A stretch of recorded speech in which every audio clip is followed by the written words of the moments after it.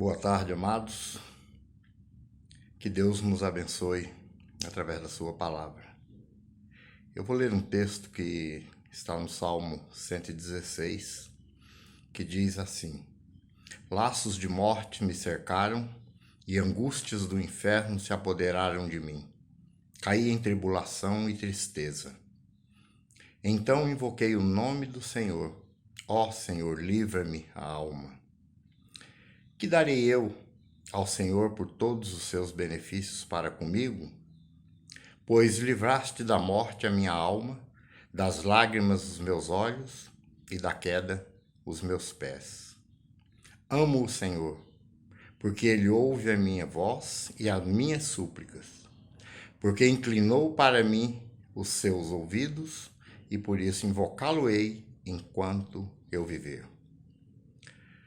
Amados, esse salmo, provavelmente escrito pelo rei Ezequias, que passou por situações absurdas na vida dele. Situações que realmente ele expressa aqui. Laços de morte me cercaram, e angústias do inferno se apoderaram de mim. Caí em tribulação e tristeza. O rei Ezequias começou seu reinado aos 25 anos de idade. Ele restaurou o altar do Senhor. Ele eliminou os ídolos. Ele fez aquilo que era reto aos olhos de Deus. Mas teve alguns momentos na vida do rei Ezequias que descreve bem isso que ele passou. Teve uma situação em que ele foi sitiado, ele como rei de Judá, foi cercado pelo exército da Síria, do rei Senaqueribe, e esse exército tinha aproximadamente 185 mil soldados. Ele era uma tribo pequena, estava sitiada, e realmente ali não tinha condições dele prevalecer contra esse rei, contra essa fortaleza. O rei Ezequias, um pouco mais à frente, ele foi acometido de uma enfermidade, relatado como uma úlcera, uma ferida mortal, provavelmente um câncer. E Deus, através do profeta Isaías, falou com ele, orientou para que ele colocasse a sua casa em ordem, porque ele ia morrer. O rei Ezequias se angustiou muito. A Bíblia relata que ele estava deitado, estava numa cama, se virou para a parede, chorou muito e pediu a Deus que desse mais um tempo de vida a ele. Deus ouviu o rei Ezequias, curou aquela ferida, curou aquela doença mortal. Então ele teve experiências que marcaram muito a vida dele e também a sua experiência com Deus. Quando ele diz, laços de morte me cercaram, porque realmente ele esteve em situação que não tinha como se livrar daquela situação. E ele fala que angústias do inferno se apoderaram de mim. É como se o inferno se instalasse dentro dele. Ele sofreu muito e ele relata, eu caí em tribulação e grande tristeza. Amados, essa é uma situação que nós também podemos passar por situações assim, grandes angústias, tristeza. O rei Ezequias, ele foi para o fundo do poço. E ele, no seu desespero, na sua dor, ele disse, invoquei o nome do Senhor. E ele suplicou a Deus dizendo, livra-me a alma. E depois ele testemunha, ele diz, amo o Senhor, porque Ele ouve a minha voz e as minhas súplicas, porque se inclinou para mim os seus ouvidos, invocá-lo-ei enquanto eu viver. Mas coisa fantástica, um Deus que se inclina para ouvir a nossa súplica, para ouvir a nossa dor, do fundo do poço da nossa alma, do sofrimento, da angústia, da tristeza, do desespero, Deus se inclina para ouvir a nossa voz. E ele atende, assim como atendeu o rei Ezequias.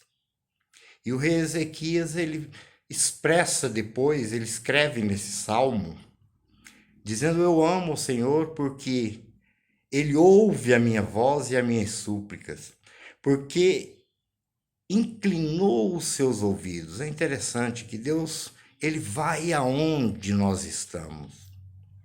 Quando Deus libertou o povo de Israel, ali antes dele, da intervenção dele no Egito, ele fala a Moisés: olha, Moisés, eu tenho visto a opressão do meu povo. Eu conheço a sua dor. Eu descerei para livrá-los. Deus desce aonde nós estamos, no nosso sofrimento, na nossa angústia, na nossa dor. E ele desce com um propósito: eu descerei para salvá-los, para livrá-los do opressor, da opressão, do sofrimento. Deus, para nos salvar, para salvar a nossa alma da condenação eterna, do pecado, ele desceu da sua glória. Ele se fez homem como nós, passível de dor, sofrimento, e ele sofreu o desprezo, ele sofreu a rejeição, ele sofreu agressões, ele sofreu até a morte. Mas pior do que a morte física, ele teve que sofrer os meus pecados, o seu pecado, mas ele desceu. Ele veio onde nós estávamos morrendo, onde nós estávamos sofrendo, para que depois ele pudesse nos resgatar eternamente para ele através da cruz. Quando Jesus subiu à cruz, quando ele foi levado à cruz, ele levou consigo os pecados do Noé, os pecados de toda a humanidade. E ele providenciou para nós a salvação eterna que está acima de todas as coisas. Mas enquanto nós estamos aqui, nessa terra, onde somos passageiros, peregrinos, nós sofremos sim. Laços de morte muitas vezes nos cercam. Angústia do inferno se apoderam de nós. Caímos em tristeza e grandes angústias. E às vezes, amados, entramos em desespero. Mas aqui o que é apresentado para nós, eu invoquei o nome do Senhor. Ele ensina que existe um Salvador, existe alguém que está acima de todas essas mazelas da vida. E nós podemos invocar o nome do Senhor. E depois de tudo, ele fala: pois livraste da morte a minha alma. Deus livra a nossa alma da morte. O Senhor enxugou minhas lágrimas. O Senhor livrou os meus olhos das lágrimas. Deus enxuga as nossas lágrimas. Ele firma os nossos pés. Ele livrou os nossos pés da queda. O rei Ezequias fala isso. O Senhor livrou da morte a minha alma, das lágrimas dos meus olhos e da queda dos meus pés. Amados, eu estou falando de um Deus que não é esse Deus que atuou na vida de Ezequias apenas há mais de 2.500 anos atrás. É esse Deus presente, porque ele é o mesmo Deus. É o Deus que era, que é e que há de vir. Com ele não há sombra de variação. Ele está presente aqui conosco, na nossa vida. Nós podemos sim, assim como o rei Ezequias, invocar o nome do Senhor. E quando ele encerra tudo, ele diz: amo o Senhor, porque ele ouve a minha voz e as minhas súplicas, porque inclinou para mim os seus ouvidos.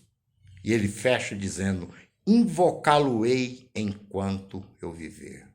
Enquanto estivermos aqui, vamos invocar o nome do Senhor, porque ele é um Deus presente, é um Deus que ouve, é um Deus que cuida. Eu não sei qual é a situação que você passa agora, mas todos nós, amados, ou já passamos, ou estamos passando, ou vamos passar por situações que são laços de morte, que são angústias do inferno. Nós vamos cair sim em tribulação e grande tristeza, mas quando nessa situação nós olhamos para cima e invocamos o nome do Senhor, ele se inclina. Ele ouve e Ele responde. Esse é o Deus que nós servimos. Esse é o Deus que está aqui. É o Deus que está conosco. Porque Ele mesmo prometeu: eu estarei convosco todos os dias, até o fim dos tempos. Esse é o nosso privilégio. Esse é o presente da salvação. Esse é o presente que Deus nos deu. Um Deus que está acima de tudo, mas que cuida particularmente de cada um de nós. Que Deus os abençoe e que essa palavra seja uma realidade na sua vida. Amém?